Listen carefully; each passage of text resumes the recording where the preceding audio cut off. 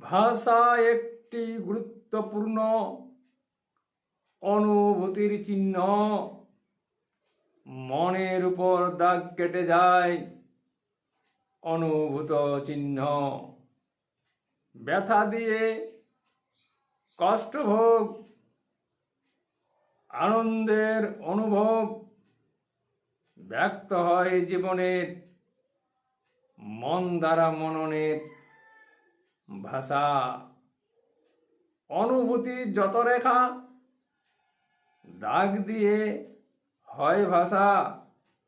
আশার নিরাশা পান্ত দয়ে লিখে যায় ভাষা। পুরুলিয়ার মাতৃভাষা আজকে আমার ভাষা।